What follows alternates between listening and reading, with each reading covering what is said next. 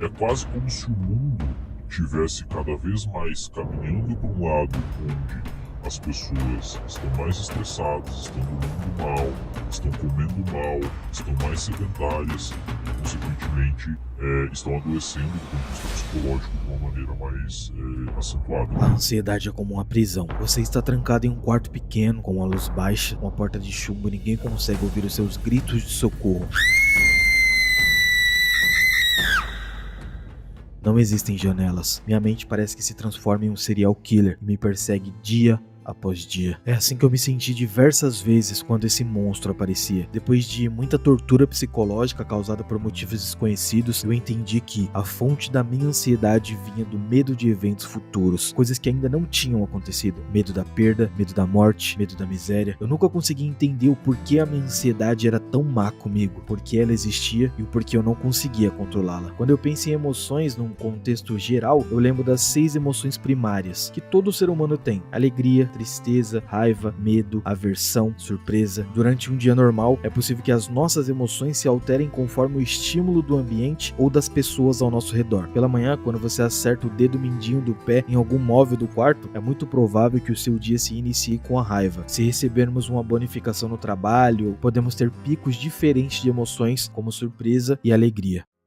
Alguém estava arrancando meu coração do meu corpo com as próprias mãos. Eu não conseguia respirar, era enlouquecedor. Você já se sentiu ou se sente assim? É decepcionante não ser compreendido, não é? Eu normalmente não conversava sobre isso com ninguém, afinal, ninguém entendia como eu me sentia. Eu também não entendo como as pessoas se sentem. Nós jamais iremos entender de fato como outra pessoa se sente se mal conseguimos entender a nós mesmos. Provavelmente você já teve uma crise de ansiedade e tentou pedir ajuda para alguém e ouviu dessa pessoa: para, não é para tanto. Para de frescura. Eu já ouvi tanto isso ao longo da minha vida e por esse e por outros motivos eu me fechei. Eu não falava sobre isso com ninguém. Talvez você também não converse. Fica apenas sofrendo sozinho no silêncio. A ansiedade é subjetiva. Ninguém tem ataques de ansiedade pelos mesmos motivos, mesmo sentindo-se péssimos do mesmo jeito. O Brasil é um dos países mais ansiosos do mundo, segundo os dados da Organização Mundial da Saúde. O país sofre uma epidemia de ansiedade. Os dados da OMS mostram que o número de pessoas ansiosas no Brasil é de 18,6 milhões, 9,3% da população. Segundo a Organização Mundial da Saúde, 9% da população brasileira tem algum transtorno de ansiedade. E, de acordo com os especialistas, fatores socioeconômicos ajudam essa estatística.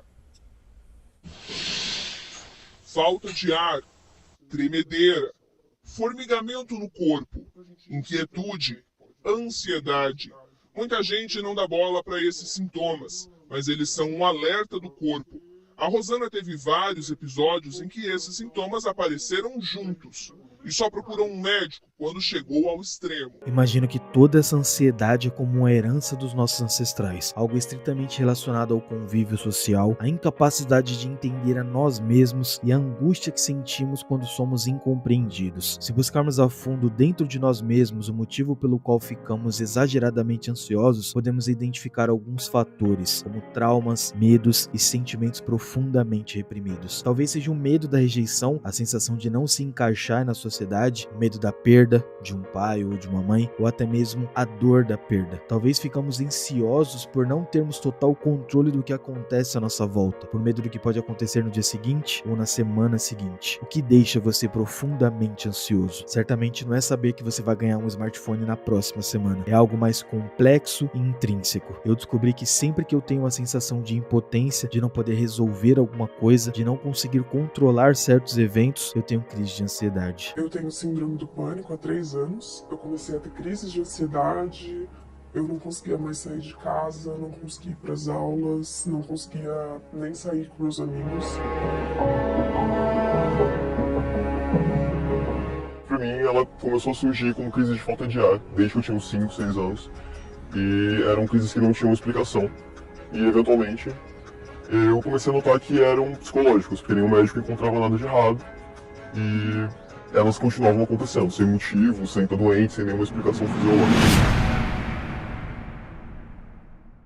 Você já parou para pensar que a origem da sua ansiedade talvez não esteja inteiramente ligada a você? O que eu quero dizer é que você pode estar focando inconscientemente em outras pessoas e não em você mesmo. Talvez o principal gatilho para suas crises de ansiedade seja porque inconscientemente você deseja a aprovação das pessoas ao seu redor, ou porque você tem medo de que as pessoas te critiquem, ou porque tem medo de ficar sozinho caso sua mãe ou pai venha a falecer. Nesse ponto, o foco da sua ansiedade não é em você, e sim nos seus pais. E se for porque o seu foco está no trabalho, nos seus colegas de trabalho, no seu chefe, no proprietário da sua casa que não tolera atrasos no aluguel, na empresa que irá cortar a sua água se você atrasar o pagamento da conta, percebe como o foco está direcionado para eventos externos? A forma que eu encontrei para controlar a minha ansiedade foi identificar e reconhecer fatos que eu reprimia, como querer agradar aos outros mais do que a mim mesmo, o medo da rejeição, medo de ter um valor social baixo, uma preocupação constante em coisas relativamente inúteis, a vontade de provar para as pessoas, principalmente para o meu pai, que na infância e na adolescência não tivemos uma boa relação entre pai e filho, que eu tenho capacidade suficiente para conquistar o que eu almejo, e também o medo do fracasso. Esses e vários outros gatilhos me fizeram ter crises de ansiedade, das quais eu acreditava que iria morrer. Novamente, o maior foco dos meus pensamentos que eventualmente geram gatilhos para a crise de ansiedade está em eventos externos e não em mim de fato. Quantas vezes por dia, por semana, por mês ou por ano você se dedicou a entender a você mesmo? Normalmente tentamos culpar fatores externos como ambientes, pessoas, traumas, e esquecemos de que o responsável pela nossa ansiedade somos nós mesmos. E a resposta que muitos de nós buscamos constantemente para resolver esse problema não está no psicólogo, na rua, no amigo, nos livros, está dentro de nós. Um psicólogo serve basicamente como um mediador, uma ponte para conectar sua mente a você mesmo. Não estou dizendo que você não deva procurar ajuda profissional, mas pense um pouco sobre isso. O poder de curar a sua ansiedade, de resolver os seus problemas, está na sua própria mente. A ansiedade, no meu entendimento, é a falta de compreensão dos nossos próprios pensamentos, das nossas próprias emoções. Se você começar hoje a investir mais tempo em você, em entender os seus sentimentos, os seus pensamentos, as suas emoções, com certeza você encontrará a fonte da sua ansiedade e encontrará também as ferramentas necessárias para acabar com todos os gatilhos. Algo que começou a me dar gatilho novamente depois de alguns anos de calmaria e paz foi a notícia de que eu vou ser pai. Até os meus 23 anos, quando alguém perguntava: "E aí, Lucas, você quer ser pai um dia?", eu sempre respondia que não, que isso nunca estaria nos meus planos de vida. Mas isso mudou. De lá pra cá, minha vontade de ser pai só aumentou, e eu confesso que eu não sei de onde vem essa vontade. Ela aumentou ainda mais quando minha esposa me disse que estava grávida. Fui bombardeado por emoções de uma forma tão bruta que eu quase perdi o controle. O monstro que me perseguia pelos corredores começou a rugir e a dar sinais de que estava se aproximando. Ele estava me dizendo que eu não posso me esconder, mas por enquanto eu ainda estou vencendo essa luta. A ansiedade vai e vem e eu realmente não sei se em algum momento da vida vamos conseguir derrotá-la para sempre. Eu consegui encontrar formas de manter a minha controlada e acorrentada. Espero que esse vídeo te ajude a encontrar formas de controlar a sua. E se você quiser saber o que eu penso sobre paternidade, sobre ter filhos, assista esse vídeo que está aparecendo na sua tela. Acho que você vai gostar de assistir. Você conseguiu refletir um pouco sobre a ansiedade? Espero que sim. Talvez a coisa mais importante que a gente pode fazer para melhorar a nossa própria vida é investir em nós mesmos. Leia livros relacionados a assuntos que você não compreende, estude, se esforce, desenvolva novas habilidades, aperfeiçoe as que você já tem, procure se tornar uma pessoa mais empática, procure sempre manter bons pensamentos, valorize-se, mantenha o amor na sua vida como uma prioridade. Quando você investe em você, em entender a si mesmo, tudo fica mais colorido, mais belo, mais calmo e mais feliz.